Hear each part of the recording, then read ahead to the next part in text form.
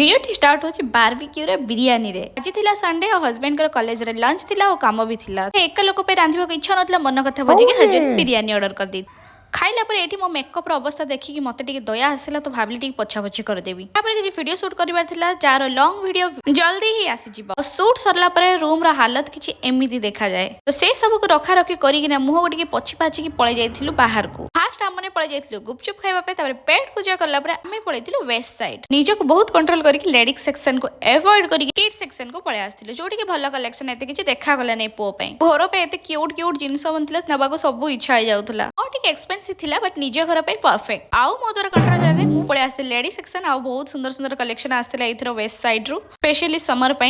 Main पो पे किनिबा पे आस्थिलु किंतु तार मिललानी पो पे शॉपिंग करके आमे पळे जाइथिलु फर्नीचर दुकान। जाऊ जाऊ दुकान बंद हो जाइथिला जोटा पे आमे आज बाहरी थिलु। एठी पोरो बर्थडे ड्रेस पे मिली जाइथिला तो फाइनली ड्रेस किनी के आम मने डिनर कर देइथिलु। तो वीडियो भल लागले लाइक निश्चय कर देबे। Thanks for watching.